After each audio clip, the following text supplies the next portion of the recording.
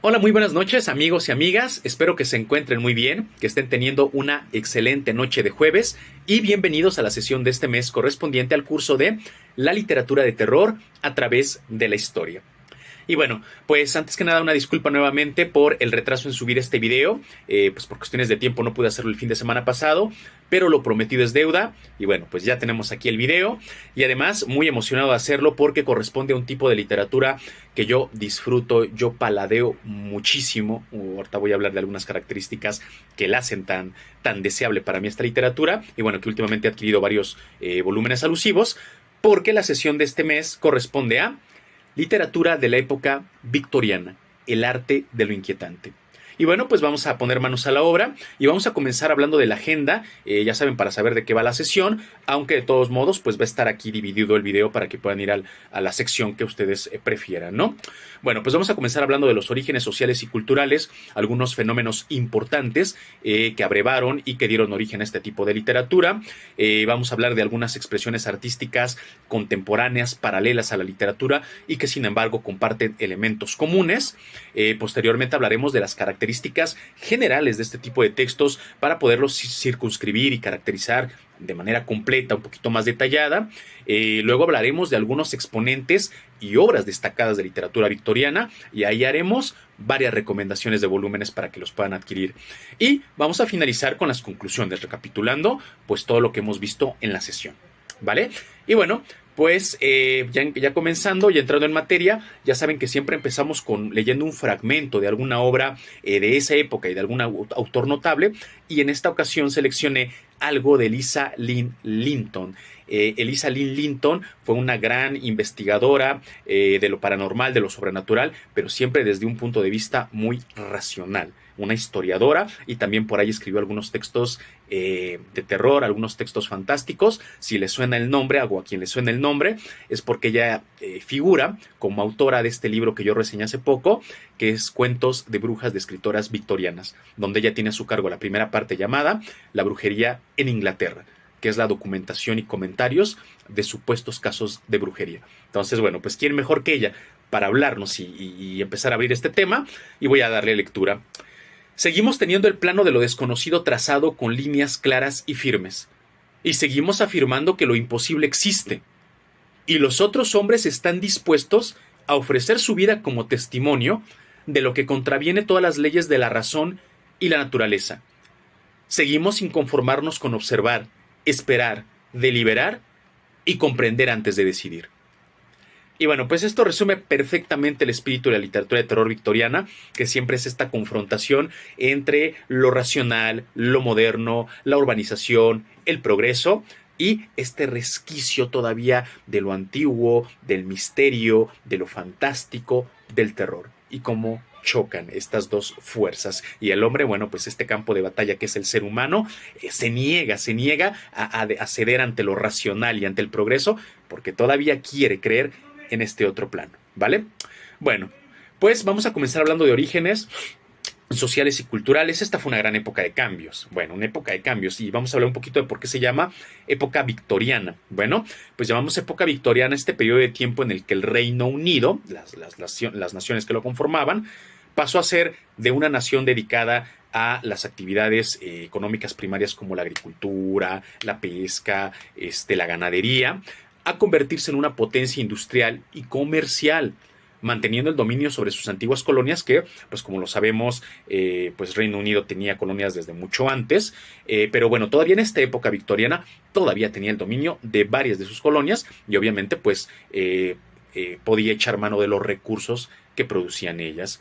Y bueno, esta época recibe el nombre de victoriana por el hecho de que en este periodo de tiempo, cuando da arranque formalmente este periodo de tiempo, ascendió al trono la reina Victoria, y ella asciende cuando tiene 18 años, el periodo de ahí hasta que pues ya fallece y deja el trono, es de 1837 a 1901. Ese periodo, la vida de la reina Victoria, el reinado de la reina Victoria, pues es la época victoriana, ¿vale? Y bueno, hay algunos fenómenos, además, no solamente esto que aunque es importante y lo vamos a ver, que la reina Victoria pues haya tenido este periodo de gobierno, también hay otros hechos muy importantes, otros fenómenos sociales, económicos que tienen que ver y que influenciaron el surgimiento de las formas artísticas victorianas, Uno de ellos, pues, la fuerza del imperio, cómo estaba constituido el imperio británico en ese tiempo, la moralidad burguesa, que en parte es el resultado, es curioso, en parte es resultado y en parte es causa de esta constitución del imperio británico, y la revolución industrial, importantísimo. Bueno, la revolución industrial que tuvo pues muchos efectos a nivel mundial, pero pues también en este periodo victoriano. Bueno, la fuerza del imperio. Reino Unido, ya lo había yo mencionado, en ese entonces todavía mantenía hegemonía y aprovechaba y explotaba los recursos, sin cortapisas, de sus colonias. En este periodo fue donde llegó a tener el mayor número de colonias. Y es que fíjense, o sea, Australia, Sudáfrica, Egipto, las Antillas, Chipre, Kuwait, Hong Kong, la India, entonces tenía colonias en América, tenía colonias en Oceanía, tenía colonias en Asia, tenía colonias en África. Entonces prácticamente en cada parte del mundo pues tenía algún dominio ahí el Reino Unido y podía aprovechar algo de esa parte del mundo. Entonces sí había ganado bastante influencia y bastante poder el Reino Unido. Lo que ya mencionaba, la reina Isabel ascendió al trono a los 18 años y aquí algo particular, se convirtió en una figura pues casi emblemática, mítica por muchas cosas, pero bueno, además de fungir simplemente como esta figura de la nobleza, la verdad es que fue una gran jefa de Estado, tuvo muchos movimientos políticos muy inteligentes, buscó la unificación de su imperio, influyó en asuntos políticos internos del ministerio. Entonces, la verdad es que sí, en ese aspecto, de facto, la reina Isabel fue una pieza clave para la consolidación del imperio británico, de su esplendor, y además fungió como un modelo ideológico de cómo debía de ser la mujer victoriana, lo vamos a ver más adelante, de cómo debía ser una familia victoriana y de cómo debía funcionar la sociedad británica victoriana.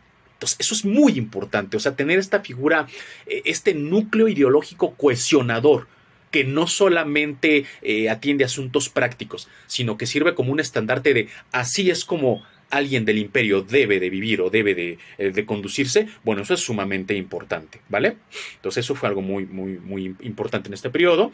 Luego tenemos la moralidad burguesa, derivado en parte esto que les estoy mencionando, de bueno, pues cómo la reina Victoria pues dio este ejemplo de cómo tenía que conducirse la sociedad. Bueno, pues la familia era el eje central de las vidas. Y esto lo vamos a ver mucho en la literatura, que siempre se nos habla del padre, de la madre, de los hijos, los esposos que se separan, las familias. Ahí luego surgen intrigas por ese tema de las familias o venganzas o misterios, pero siempre la familia. Y en el hogar llegan los amigos a comer, a platicar, es lugar de estudios, se ejerce la profesión. Entonces la familia es un gran eje por esta idea de la moralidad burguesa de que siempre el hogar es el sitio idóneo para toda la sociedad, ¿no? La máxima figura de autoridad era el padre, aunque de facto la madre, y también lo vamos a ver en la literatura, pues era la figura fuerte, la figura que apoyaba, que daba la cara. Por supuesto el padre llegaba y resolvía algo pues ya finalmente, pero quien más participaba era la madre en la educación de los hijos, los asuntos domésticos, la administración, con alguna opinión. Y esto de nuevo pues tiene que ver con el papel de la reina Victoria, ¿vale? Que a pesar de que ella pues era realmente tenía a su esposo, al rey, pero pues ella era la figura más influyente de ese periodo. Y pues todos los ciudadanos se ceñían a estrictas reglas sociales, eclesiásticas, civiles. O sea, lo mismo, ¿no? Era conducirte bien con el imperio, con la sociedad, en tu clase socioeconómica, que fue cuando surgió este boom de la diferencia de clases, la segmentación de clases. Y bueno, pues tú tenías que conducirte de acuerdo al papel que te había tocado, enorgullecer a este gran imperio del cual tú eres parte. Ojo, esto no evitaba, pues ya en la vida real, los excesos ni la doble vida, la doble moral, diríamos. Pero en el papel, pero en el reglamento, pero en la apariencia, pues tú tenías que conducirte de acuerdo a la mujer en su rol, el varón en su rol, los hijos en su rol, la clase alta en su papel, la nobleza en su papel. O sea, cada quien, incluso tristemente, ¿no? La gente que empobreció muchísimo, como ahorita lo veremos, a causa de la revolución industrial, pues tenías que ceñirte a lo que te había tocado. Y pues finalmente la revolución industrial, este movimiento que bueno, seguro nos vamos a acordar de las clases de la secundaria, pues que dio inicio en la segunda mitad del siglo XVIII, con toda esta modernización, la introducción de la máquina de vapor, el telar automático, las líneas de producción, en fin, muchísimas cosas que ya automatizaron pues los procesos que anteriormente eran manuales o utilizando bestias de carga. Bueno, pues se caracterizó por los procesos de transformación tecnológica que ya he mencionado, el desarrollo económico que tenía que ver con este poder del Imperio Británico que tenía en sus colonias, con esta modernización tecnológica. Bueno, pues hubo un gran crecimiento económico, enriquecimiento de algunos sectores y los cambios sociales que propició, porque a la par que creció el imperio, y esto bueno pasa siempre desgraciadamente, y se enriquecen unos, se empobrecen otros y las condiciones de vida se hacen más precarias para ciertos sectores. Entonces hubo ahí muchos cambios y problemas que se desataron, como la prostitución, el trabajo infantil, las enfermedades, la pobreza, el crimen. Bueno, pues la historia ya del siglo, los países en vías de desarrollo del siglo XXI, pues fue ahí, ¿no? Es un gran ejemplo de cómo comenzó. Y pues preconizaba el avance basado en la ciencia, el conocimiento y la tecnología, importantísimo. Como la tecnología y como la ciencia aplicada en forma de inventos probaron que podían dar bienestar, porque ya dijimos las reservas que este bienestar tuvo, pero probaron que podían dar bienestar y mejorar la vida de los hombres, de los seres humanos, y darle crecimiento a un país. Bueno, pues este es el conocimiento que vale. O sea, ya está probado que este es el que vale. Entonces, todo lo que es la superstición, todo lo que es la religión, todo lo que es el mito, la leyenda, todo esto antiguo, vamos a marginarlo. O sea, realmente el avance debe ser basado en este uso de la razón. Ya no una razón ilustrada, académica, como la de los franceses, sino una razón ya aplicada, ¿vale? Incluso los filósofos de esa época británicos, pues son el ejemplo también de este tipo de pensamiento. Bueno, entonces así es, este poder del imperio, esta moralidad burguesa, esta revolución industrial, la vamos a ver reflejada en la literatura. O sea, no la he mencionado solamente como acompañamiento general del periodo de lo que sucedió, sino porque realmente lo vamos a ver marcado. Vamos a ver cómo se ven estas relaciones nacionalistas, hay muchas de estas cuestiones coloniales, por ejemplo, en la obra de Rudyard Kipling. Vamos a ver la moralidad burguesa atravesando todas las obras victorianas, todas tangencialmente o siendo el eje, pues todo lo vamos a ver ahí, y los efectos de la revolución industrial, esta precariedad de las condiciones de vida, la vamos a ver mucho, por ejemplo, en Charles Dickens, la modernización, esta mirada a veces nostálgica de lo antiguo, pero siempre enraizados y afianzados de, bueno, pues el progreso es el progreso y es lo que debe de primar. Lo vamos a ver en estas obras, ¿vale? Ahora, hay algunos antecedentes artísticos que, aparte de esto que acabo de mencionar, tuvieron que ver con el florecimiento y el surgimiento de la forma de la literatura victoriana. El primero es el declive del romanticismo. No sé si recuerden, en la sesión anterior, que fue la del gótico, dijimos que el género de literatura que tomó la estafeta del gótico cuando pues ya entró en su declive, en su ocaso, fue el romanticismo, el cuento romántico, cuento fantástico romántico.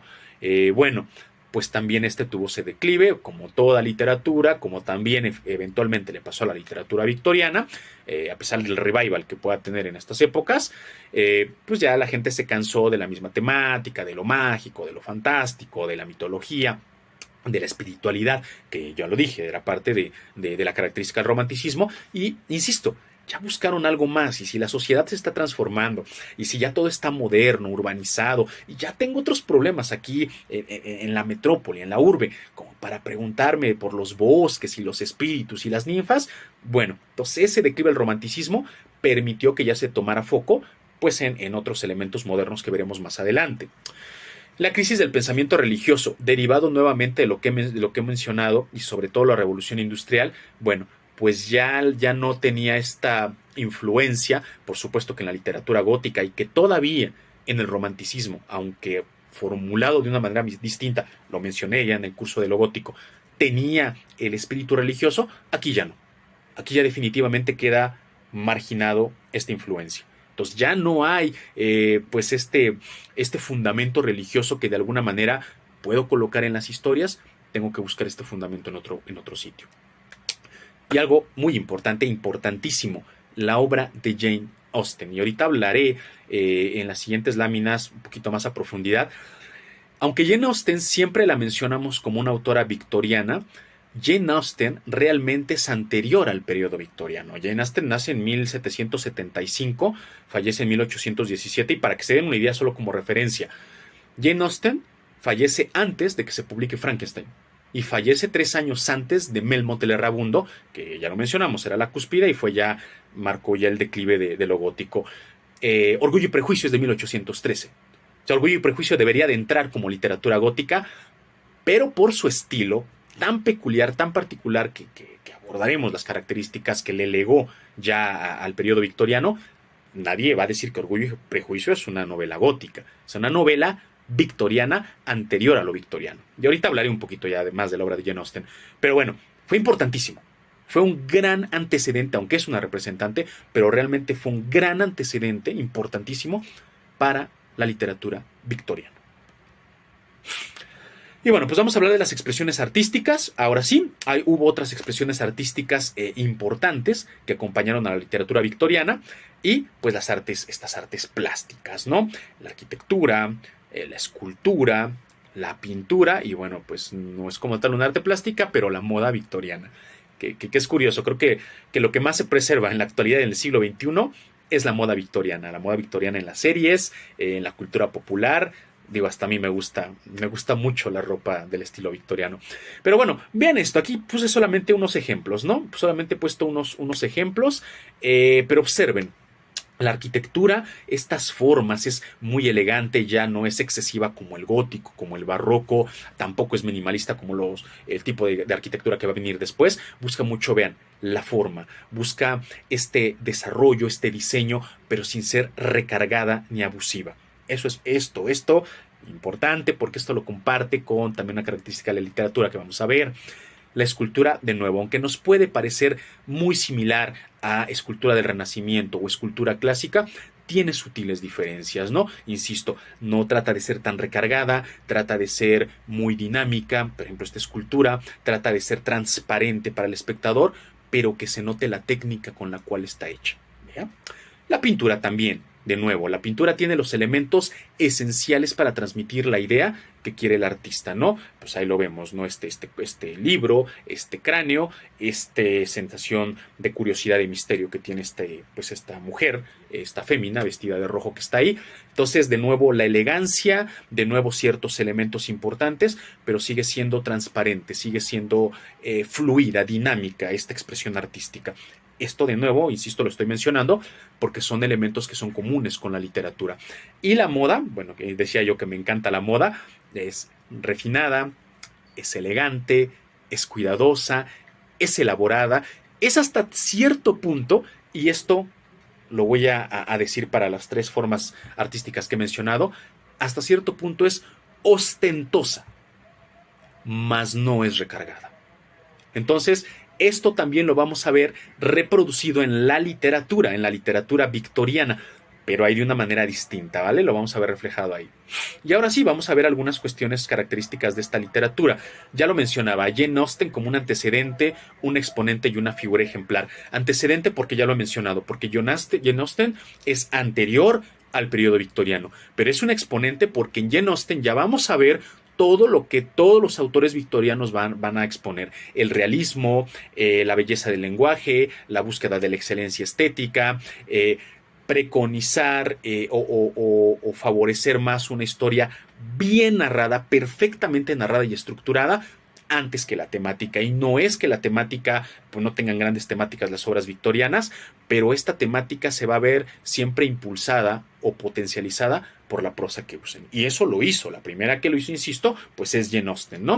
Y una figura ejemplar, tanto ejemplar como para seguirla, que muchas escritoras victorianas y escritores victorianos le dispensaron elogios y trataron de reproducir de alguna manera el estilo que ella tenía de escribir, no tanto sus tópicos, aunque también un poquito, pero bueno, eso era general de la época, como sus detractores. Que Jane Austen tuvo detractores tanto en Estados Unidos como Mark Twain, y tuvo de detractora a otra, es curioso, a otra gran victoriana, que es Charlotte Bronte. Que Charlotte Bronte tenía por ahí críticas bastante aciagas hacia la obra de Jane Austen, y digo que es curioso porque pues Charlotte Bronte a lo mejor sí hay una escritora que aunque se separa mucho en el desarrollo de los personajes, pero en todo lo demás se parece mucho a Jane Austen, es Charlotte Bronte. Entonces, bueno, de todos modos es como de estas figuras que no puedes soslayar, que te caigan bien o no te caigan bien, comulgues o no con sus obras, pero tienen que estar ahí como un referente. Y ese referente para la literatura victoriana es Jane Austen. Ok, esto también es importante. También es un referente porque es una mujer que establece bases para un tipo de literatura que se va a desarrollar después, y por primera vez en la literatura las mujeres se equiparan en cantidad y difusión de las obras a sus contemporáneos masculinos. Si nosotros nos ponemos a pensar en el gótico, por ejemplo, aparte de Mary Shelley y de alguna otra autora que puede haber por ahí, con algún intento, y bueno, esto también tiene que ver con los prejuicios de la época, por supuesto, bueno, pues no vamos a encontrar muchas autoras femeninas, y mucho menos yéndonos hacia atrás, insisto, salvo por supuesto que en cada época hay excepciones.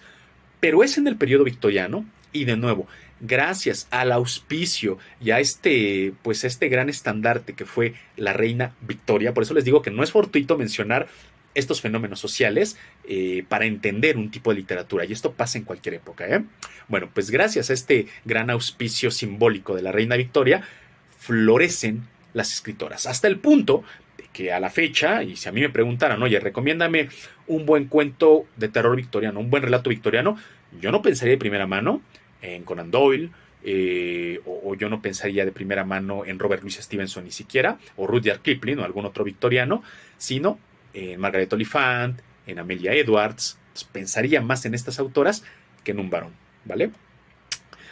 Se cultivan abundantemente tanto los géneros narrativos de la novela y el relato corto como la poesía. Entonces aquí hay de nuevo, hay una gran variedad, hay novelas victorianas, hay relato corto de terror victoriano y relato corto en general victoriano, y hay poesía victoriana, exquisita poesía victoriana. Ahí en el grupo Los Ratos de Clio les voy a dejar ahí algún ejemplo. Y el gran número de autores surgidos en esta época, que eso no es broma. O sea, esta época tuvo para, pues decimos aquí en México, para agarrar y aventar hacia arriba de autores y autoras victorianas. O sea, tantos autores británicos, prácticamente todos, dieron origen a una gran variedad de tópicos y temas específicos. Su gran pues, elemento común era la técnica y el estilo que tenía la narrativa victoriana, que básicamente es el realismo. Pero en cuanto a los tópicos, sí son muy distintos, aunque caigan sobre lo mismo. Ya sabemos, y ahorita lo vamos a ver, pues un gran tópico fue el relato de misterio victoriano, de detective victoriano. Pero dentro del detective victoriano hay muchísimas subtemáticas o muchísimos tópicos específicos. Entonces, bueno, pues tantos autores afortunadamente nos dieron esta diversidad. Entonces hay gran variedad. Y pues si yo aquí les puse una imagen, diría calidad premium, producto premium de alta calidad. O sea, la literatura victoriana, yo lo decía cuando empecé ahorita la sesión, yo la disfruto muchísimo. Me encanta la literatura victoriana. Está hecha para disfrutarse. Está hecha para leerse bien, para gozar leerla. Digo, insisto, más allá del tópico o de la profundidad del desarrollo de los personajes, esta narrativa está hecha como una obra de arte, como una pintura, como una escultura, como algo arquitectónico. Bueno, vamos a hablar de las características y comencemos hablando de la ubicación geográfica, aunque quizás huelga decirlo, pero pues florece en el Imperio Británico, y nada más como recordatorio, sobre todo aquí en América, que de repente no recordamos mucho todo lo que conforma el Imperio Británico, pues es Inglaterra, es Gales, es Irlanda y es Escocia. Entonces, pues los autores, vamos a ver que un autor galés, irlandés, escocés, pero finalmente todos son británicos, ¿no? Entonces ahí es donde florecen de estas cuatro pues nacionalidades o oriundos de estas cuatro partes del imperio británico. Bueno, pues de ahí surgen los autores y autoras. Elementos generales de este tipo de narrativa victoriana. Primero, ya lo había anticipado un poquito, la preconización de la razón con reservas. Es decir, la obra victoriana, la literatura victoriana, algo que nos vamos a dar cuenta es que siempre trata de enfocar todos los eventos desde el punto de vista más racional posible. Un punto de vista cuidadoso, un punto de vista de investigación, un punto de vista escéptico. Inclusive, y estoy pensando por ejemplo en Carruaje Fantasma, que tiene muchas obras tomaron esa forma que tiene de narrar los hechos. El mismo narrador te va a decir que él pone en tela de juicio su experiencia. O sea, ni él mismo cree la experiencia, porque esto contraviene, como decía la frase que leímos al inicio, pues las leyes naturales, las leyes civiles, el sentido común, lo transgrede. Entonces, ni yo me lo creo. Aunque a mí me pasó esto, ni yo me lo creo, pero te lo voy a contar tal y como sucedió. Entonces, esta es una manera bastante interesante y bastante efectiva de, pues, envolver al lector y de que también el lector, si está en un principio, pues, con este punto de vista escéptico, pues comparta esta incertidumbre final y este desasosiego que tiene el protagonista.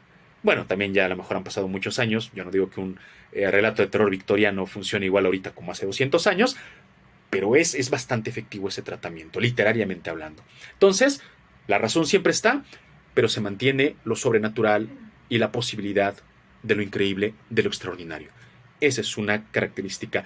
Y como anotación al margen, no sé si ya le suena a quién de aquí tomó esta idea de hacer esta forma de narrar, de hacer una narración desde un punto de vista aparentemente escéptico, pero que a través de consignarlo en un documento o en una crónica, al contrario, lo hace más verosímil. No sé si ya se dieron cuenta quién. Bueno, pues un poquito este estilo lo toma Lovecraft, que muchas de sus obras son esto. O sea, nos enteramos a través del testimonio, a través del testamento, a través de la carta, a través del diario.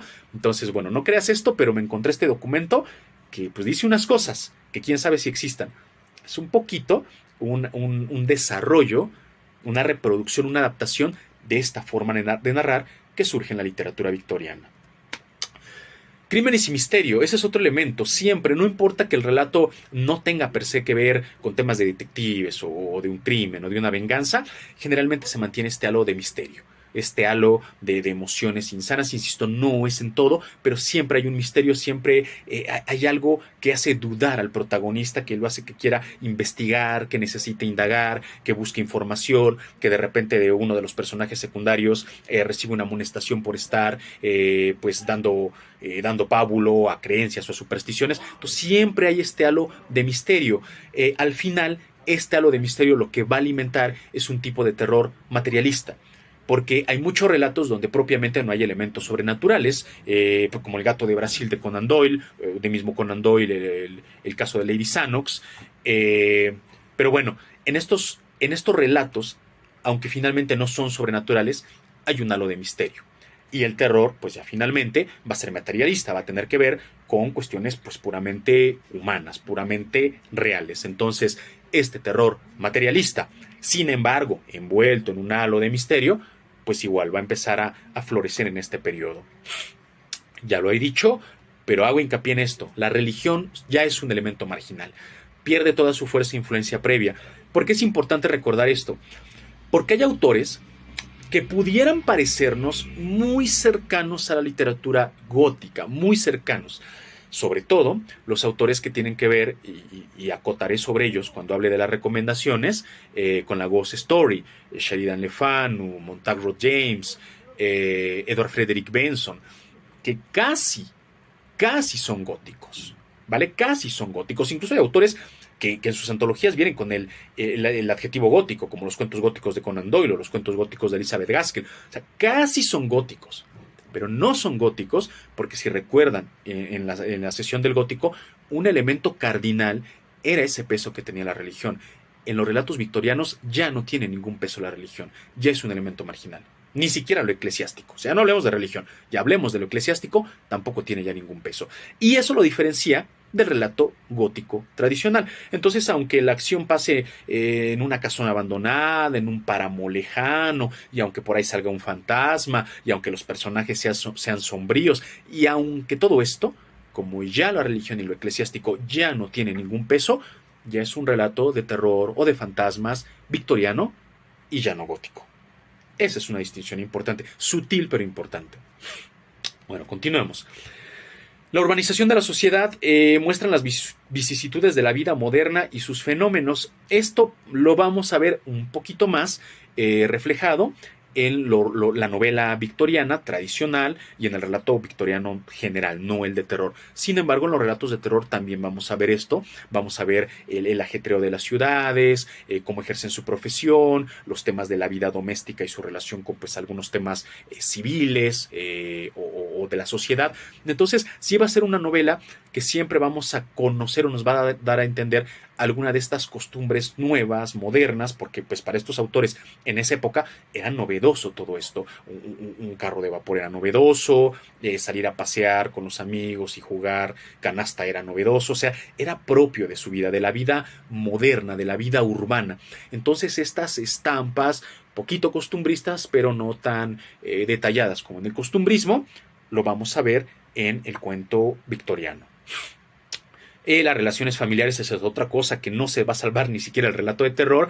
Vamos a ver a las figuras filiales, figuras paternas, hermanos, familia lejana. Vamos a ver inclusive mucho esto de las relaciones de esposos y de esposas. Aunque no tenga nada que ver con el relato, por lo menos vamos a ver que uno de los protagonistas le cuenta algo a su esposa o pide ayuda de su esposo. O sea, aunque no tenga nada que ver y el relato funcionaría perfectamente igual sin esa alusión, pero el relato victoriano, la novela victoriana, pues lo va a utilizar. Bueno, la novela victoriana, pues hay novelas que van a partir completamente de eso, ¿no? Como Jane Eyre. Pero el mismo relato no va a dejar pasar la oportunidad también de mencionar estas relaciones familiares, ¿vale? Y quizás el elemento más notable de la literatura victoriana, mucho más notable, incluso si lo queremos separar del mero realismo, la búsqueda de la perfección estilística. La prosa de la literatura victoriana, y por eso les digo que es una literatura que yo disfruto, que últimamente me he hecho de varias antologías, es formidable. O sea, está tan bien escrita que da gusto leerla. Da gusto leerla por leerla. Tan refinada, tan agradable, tan cuidadosa, tan bien ensamblada, su estructura, sus tiempos, las pocas figuras retóricas que usa, las usa perfectamente, el uso de las palabras, de los tiempos, de los adjetivos. O sea, buscan esta perfección, como lo veíamos cuando hablábamos de las otras expresiones artísticas, pues ahí vemos cómo la literatura trató también de equipararse. Entonces, la literatura victoriana tiene una excelente forma, independientemente de lo que yo decía sobre Jane Austen, de que a lo mejor no te guste su temática o te caigan gordos sus personajes o te caigan mal los personajes de otra obra, pues reconoces que el relato se leyó bien y eso que era un relato que estaba, pues no era un relato simplista, no era un relato sencillo, era un relato con cierta complejidad y no te costó trabajo leerlo. Eso es propio de la literatura victoriana, ¿vale? Increíble. Y pues las temáticas, ¿no? Las temáticas, lo mencioné hace poquito, pues el corte de misterio tiene todo un género que es el género detectivesco, pues en la literatura victoriana surge el más insigne y conocido detective de la literatura, que es Sherlock Holmes, de la mano de Arthur Conan Doyle, pero hay muchos otros detectives, por cierto. Si a alguien le interesa esto, hay una antología de Alba llamada Cuentos de Detectives Victorianos, precisamente. Y es una antología gruesa. Robusta. Entonces, imagínense, solamente de esto, del detective victoriano, se puede extraer una antología completa, que tiene que ver esto con el misterio, con el terror materialista. Básicamente esto es lo que funda, terror materialista y misterio. Fantasmas y apariciones, no se pierde, ya lo decía yo, el hilo de lo fantástico, el gusto por lo sobrenatural, por el miedo, por causar esta incertidumbre a través de elementos que están más allá de la razón. Es que no se puede en ningún periodo de tiempo, y eso yo creo que no va a pasar nunca, no importa el punto al que el progreso humano nos lleve, siempre tenemos en nuestra naturaleza. Y esto, recuerden, la primera sesión, la segunda sesión de este curso, cuando hablábamos de los mitos y la leyenda, del salvaje que llevamos dentro, de este temor originario que tenemos. Pues tiene mucho que ver con esto, que incluso en una época tan avanzada, de tanto progreso, de tanta racionalidad aplicada, pues los fantasmas y las apariciones son un tema bastante socorrido en los relatos. Y la familia y la venganza. Que esto, hay igual relatos que tienen mucho que ver con esto, tienen, insisto, su dosis de misterio, pero el verdadero horror o la manera en la que se expresa el horror es por todos estos sentimientos negativos que muchas veces tienen que ver con la ambición y con la venganza. Por eso lo puse ahí esa palabra. Hay muchos relatos que tienen que ver con eso, con temas de una herencia, con temas de los celos, con temas de una infidelidad. Entonces, bueno, pues se estructura como un relato de terror, pero realmente pues este terror, su quid o su origen, pues es alguna de estas situaciones familiares. Y esto tiene sentido, porque ya dijimos que algo propio de este periodo es esta moralidad burguesa. Entonces, si esta moralidad burguesa se ve vulnerada, pues lo que esperamos es que le caiga todo pues el castigo pues de la venganza o de la maldad humana, inclusive porque sí. Entonces, este es un tópico, ¿no? Muy particular. Son estos tres: el misterio, fantasmas y apariciones, y pues familia y venganza. Ok, y ahora pues vamos a hablar de exponentes y obras destacadas. Y pues vamos a comenzar hablando de algo muy interesante, lo que les decía, autores varones. O sea, Charles Dickens con sus Paralela al Anochecer, por ejemplo, que es una colección de relatos de terror. Arthur Conan Doyle, que bueno, pues él... tenemos, ahorita hablaré de las antologías particulares, pero pues muchísimos ejemplos.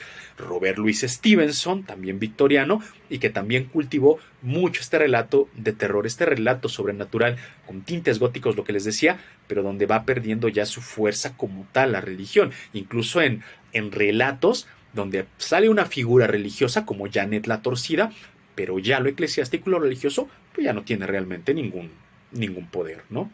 Rudyard Kipling, que igual, ¿no? Yo reseñé La marca de la bestia el año pasado y pues sabemos a lo que nos referimos, sobre todo ahí vemos la crudeza de este tema del colonialismo, ¿no?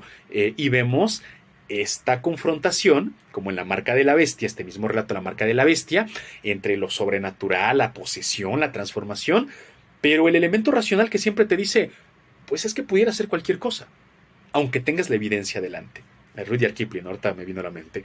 Y Wilkie Collins. Wilkie Collins, Montón el Loco, es otro gran ejemplo de un relato donde confronta esto, cómo usa el terror materialista para presentar pues aquí un espanto que al mismo tiempo coquetea con algo sobrenatural, con algo inexplicable, con algo inverosímil, pero que finalmente se ciñe a este marco de tratar de explicarlo racionalmente, desde las cosas que podemos entender. Entonces aquí están. Acotación. Faltan muchísimos autores, muchísimos. Es que lo que les decía pues es una miriada de exponentes de lo victoriano. Oscar Wilde, Lewis Carroll, Thomas Hardy, Henry James, solamente por poner algunos nombres muy señeros. No están ahí porque a pesar de que pudieran tener o tienen, de hecho, algún relato, por lo menos uno, que tiene que ver con el terror o tiene que ver con lo fantástico, bueno, la verdad es que sus más grandes obras no tienen que ver como tal con el terror. Por eso no los estoy poniendo ahí. Y además, pues por espacio, serían muchísimos. Solamente estoy poniendo los que, bueno, seguramente si vamos a la obra de alguno de estos autores que están viendo en pantalla, ahí sí podemos tener muchas obras o muchos relatos de terror. Pero insisto, no son todos. Y otra acotación, también faltan tres grandes nombres ahí que ya mencioné. Falta Le Fanu, falta Emery James, falta Edward Frederick Benson. ¿Por qué no los puse?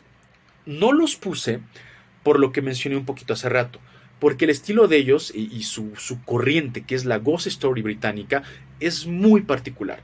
Es como si dentro del género del pulp, del Womanize, ¿vale? Que es este género de Estados Unidos, que he hablado en algún video de eso, pues de los años 30, como si dentro de este género, por supuesto que ahí está Lovecraft, ¿no? Y por supuesto que ahí está Clark Ashton Smith y Robert Howard y otros autores. Pero si hablamos de lo Lovecraftiano, aunque lo Lovecraftiano, la narrativa Lovecraftiana, pues está dentro del Womanize, surge en el Womanize, tiene su auge dentro de este género, bien pudiéramos separarla y caracterizarla aparte. Lo mismo pasa con la Ghost Story británica. Estos tres exponentes tienen un estilo tan peculiar porque le pegan mucho, porque referencian mucho al gótico, pero con la diferencia, la salvedad que ya mencionó la religión, que pudiéramos hablar aparte. Entonces, no los estoy poniendo ahí porque a mi gusto se pueden caracterizar todavía más. Si gustan ustedes, pues después hacemos una sesión especial solamente de Ghost Story británica. Pero bueno, por eso no están. No se me están olvidando. Por supuesto que no, pero hago esta acotación. Bueno, y luego las exponentes mujeres, ¿no? Fíjense, y de nuevo, y aquí estoy omitiendo a muchísimas autoras de terror y de fantasía. Pero pues solamente pongo algunas más conocidas. Las hermanas Bronte, y las tres, Charlotte, Emily, Anne Bronte, las tres increíbles exponentes de la literatura victoriana, con su Jane Eyre, con su Cumbres Borrascosas, con su Agnes Grey. aunque Cumbres, por supuesto, va un poquito más al terror o a lo sobrenatural, pero las otras dos obras tienen ese sabor victoriano, que créanme, no echaríamos de menos nada de alguna obra de puramente de terror. Violet Page, que si no les suena el nombre, no se preocupen, el seudónimo con el que Violet Page escribe es Vernon Lee. Vernon Lee, que es una autora que afortunadamente gracias a Valdemar y al Príncipe Alberico y la Dama Serpiente, que es una antología, podemos tener acceso a muchas de sus obras. Y desde la primera vez que yo leí a Vernon Lee, créanme que lo que más me agradó y me impresionó, y así fue como que el gancho, el clic que hice con ella, fue su estilo. Vernon Lee te pinta un cuadro con letras. O sea, Vernon Lee es un artista puramente artista, y aparte me parece que ella era historiadora del arte. Pues es que es un artista, tal cual. Nada más que su pincel fue su pluma y su lienzo fue una hoja de papel, pero es que es una artista tremenda. Elizabeth Gaskell, que me gusta muchísimo y tiene una obra muy querida por mí, La Bruja Lois. Bueno, pues tiene un volumen bastante voluminoso de cuentos góticos, que ahorita hablaré de ellos, y góticos ya les dije, con esa reserva. Amelia Edwards, que estoy esperando un ejemplar que compré en preventa, el del Carruaje Fantasma, espero que me llegue la primera semana de septiembre, pero pues ya, me he leído ya varios relatos de ella dispersos en antologías y ya señalé un poquito el Carruaje Fantasma, ¿no? Además ella fue muy asidua de este tipo de relatos, de lo fantástico, y también ella fue investigadora, egiptóloga me parece, investigadora de todos estos temas pues antiguos, mágicos, sobrenaturales. Y Margaret Oliphant, otra gran autora que tiene muchos relatos, eso fue lo que ella cultivó, el relato breve de terror. Y de nuevo, les digo, aquí hay muchas autoras que no he mencionado, sobre todo porque hubo muchas autoras que escribieron por lo menos 1, 2 o 3 relatos de terror, aunque su fuerte fueran otras obras o géneros como lo fantástico o como la novela realista ya propiamente, pero no dejaron pasar la oportunidad de hacer relatos de terror. Entonces son muchísimas, la misma Elisa Lim, Edith Nesbit, ¿quién más me viene a la cabeza en este momento? ¿Qué les digo? Son varias, María Corelli. Entonces hay muchas autoras victorianas, ¿no? Que les digo, a lo mejor solo un relato, pero pues con eso ya se puede conformar una antología. May Sinclair. Entonces, bueno, pues es que son bastantes, ¿no? Y bueno, recomendaciones. Ahora sí, vamos a hablar de algunas obras importantes. Esta Damas Oscuras está, bueno, es que esta es una joya, el primero que están viendo. Cuentos de fantasmas de escritoras victorianas prominentes o eminentes. Lo edita Impedimenta, es uno de mis grandes pendientes. Hoy hablaba con alguien, Joana, si me estás viendo, una amiga Joana de España. Hablábamos de esta antología precisamente hoy por Instagram. Yo lo tengo pendiente. En México está agotado, pero pues ustedes están en España o en Sudamérica o aquí en México y lo encuentran, cómprenselo. Es increíble esta antología y es puramente de autoras victorianas. Todas las que les mencioné vienen ahí y otras tantas. Cuentos góticos de Elizabeth Gaskell, solamente cuentos victorianos de terror de Elizabeth Gaskell que publica Alba. Es increíble, esa yo la tengo, viene La Bruja Lois y vienen otros cuentos góticos deliciosos. O sea, no tiene pierde ese ejemplar. Los cuentos góticos, de nuevo este adjetivo gótico, qué bueno que ya aclaramos esto. Los cuentos góticos de Arthur Conan Doyle, que también estoy próximo a adquirir, ya lo mencioné en el video de mis repisas, a mi gusto, la colección más completa de relatos y la colección que tiene más información y mejor editada de relatos de Arthur Conan Doyle, pero si no consiguen esta o no les gusta esta, que esta es de Alba Clásica Mayor, pues también pueden comprar la de Valdemar, que es la del Parásito, y otros cuentos de terror. Tiene algunas historias menos, pero bueno, pues está increíble. Cualquiera de Arthur Conan Doyle. Yo puse esta porque para mí esta es tras la que estoy y la que para mí es la mejor. Montón el Loco. ¿Por qué pongo esta edición que estoy poniendo aquí? Le estoy recomendando ediciones que pueden conseguir, que creo que pueden conseguir, también por eso la estoy poniendo, ¿no? De Montón el Loco, que es de Editorial Astiberri, es una edición ilustrada que tiene, me parece que 6 relatos, tiene un buen número de relatos, incluyendo por supuesto el que le da título. Diría, Montón el Loco de Valdemar, de Gótica Valdemar. Yo quisiera Montón el Loco de Gótica Valdemar, pero Montón el Loco de Gótica Valdemar está agotado desde hace creo como 15 años. Pero bueno, ojalá Valdemar, y eso sí no he escuchado pues rumor de que pronto lo vayan a reeditar o a reimprimir. Entonces, pues si les pongo aquí Montón, van a jalarse los cabellos porque no lo van a encontrar, el de Valdemar. Si lo encuentran, por supuesto, ¿no? Pero que es de Editorial Astiberri, y que viene además con algunas ilustraciones muy bonitas. Este lo pueden encontrar, yo lo he encontrado disponible en librerías en México, en El Péndulo, en El Sótano, espero que en Sudamérica también sea, y bueno, pues en España seguramente que es la Astiberri, es una editorial española, lo pueden encontrar ahí. Dato curioso, la traducción de este volumen de Montón el Loco de Astiberri es de Valdemar, y es algo muy interesante, digo, no voy a profundizar, pero por ahí vi Solomon Kane, de Astiberri igual ilustrado, y al abrirlo lo que dice en la primera página es traducción cedida por Valdemar, y tiene el nombre del traductor de Valdemar efectivamente. No sé cómo hizo ahí el convenio Astiberri, pero bueno, entonces estamos viendo básicamente un libro de Valdemar editado por otra editorial, ¿no? Entonces Montón el Loco. Charles Dickens, para leer Anochecer, historias de fantasmas, de editorial Impedimenta. Volumen muy bonito, precioso, que tiene historias diferentes. Bueno, comparte como un 80% de historias. Si quieren, luego les subo la foto en Instagram. Con el otro ejemplar de Charles Dickens, que es de Gótica de Valdemar y de Diógenes, que es el del Guardavías, y otros relatos de fantasmas. Yo tengo ambos ejemplares. Tengo el de Guardavías, de Valdemar, y tengo este. Este lo pongo porque además de que es más fácil, volvemos a lo mismo, es mucho más fácil de conseguir que el de Gótica. El de Gótica creo que es casi imposible, y el de Diógenes también está agotado. Entonces yo tuve suerte de conseguirlo. Pero bueno, este sí lo consiguen fácil y tiene casi las mismas historias. Solamente hay tres que tiene, de Impedimenta, que no trae el de Valdemar, y el de Valdemar trae una que no trae de Impedimenta. Entonces como que se compensa, ¿no? Pero bueno, aquí está la recomendación. Y del Príncipe Alberico y la Dama Serpiente de Vernon Lee, que les decía, sí está en Gótica Valdemar, fácil de conseguir. Increíble, ¿no? Ya hablé de Vernon Lee. Más recomendaciones, Cuentos de brujas de escritoras victorianas. No necesitaría mayor recomendación o profundizar, porque está reseñado en el canal, y ahí van a encontrar unas excelentes introducciones por historiadoras victorianas. Reinas del Abismo, que ese sí lo tengo. Ese lo pongo aquí porque es como... Bueno, y el de Venus en las Tinieblas son como mitad y mitad. No son solamente en este caso Reinas del Abismo, son autoras victorianas. Sí incluye relatos de escritoras victorianas, ¿no? Pero no solamente incluye relatos de ellas, sino ya de escritoras un poquito más de principios del siglo XX, ya digamos del pulp femenino, ¿no? Del womanize femenino. Pero tiene varias escritoras victorianas. Entonces, pues bueno, uno de los relatos que les voy a subir al grupo de los relatos de Clio, lo estoy tomando de ahí. Y es un relato que, por cierto, no está en ninguna otra parte. No está ni en internet, no está ni en ninguna otra antología, que es El Ángel del Escultor. Solo viene aquí.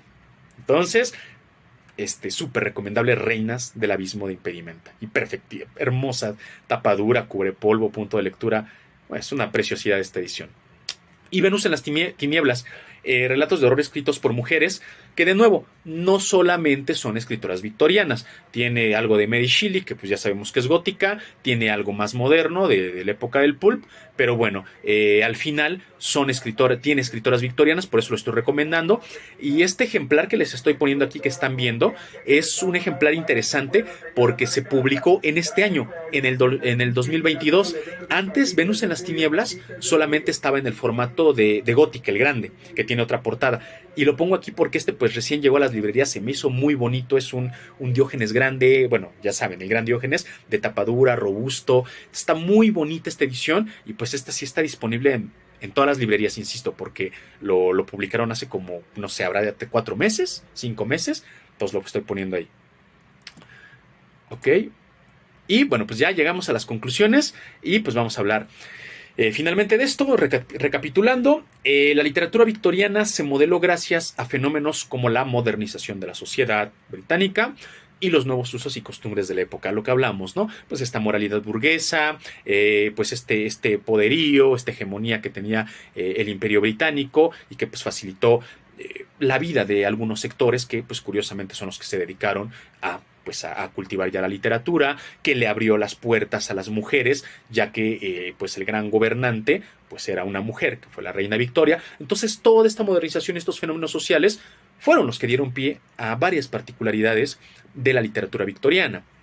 Las condiciones culturales y sociales favorecieron la diversificación de autores, temáticas y estilos, si bien todos compartieron elementos comunes. Por supuesto, la literatura victoriana es una literatura realista, es eso, ¿no? Y es una literatura que conserva mucho, pues la moralidad en sus textos. Sin embargo, bueno, pues sí hubo muchos autores, entonces desde la diferencia en que sea la pluma de un hombre, de una mujer, de alguien de cierta edad o de alguien más joven, o sea, que hubo toda esta diversidad y alguien que quiere irse más por la confrontación de lo sobrenatural y lo racional, y alguien que se quiere ir por el misterio, y alguien que quiere hablar de pasiones humanas. Bueno, pues es que esto hizo que sea una literatura muy nutrida y muy diversa.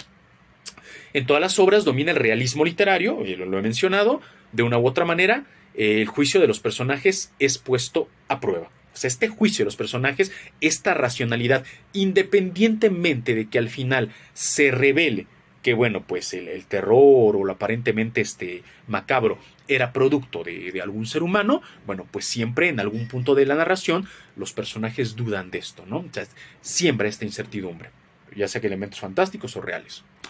Y finalmente, hay una búsqueda de la más alta experiencia estética. Entiéndase por experiencia estética, que el lector pueda disfrutar, pueda celebrar, pueda darse cuenta de lo bien escrito, de la experiencia literaria, lectora, de inmersión que tiene ese relato cuando uno lo está leyendo, ¿vale? Insisto, al margen de cuál sea la temática específica.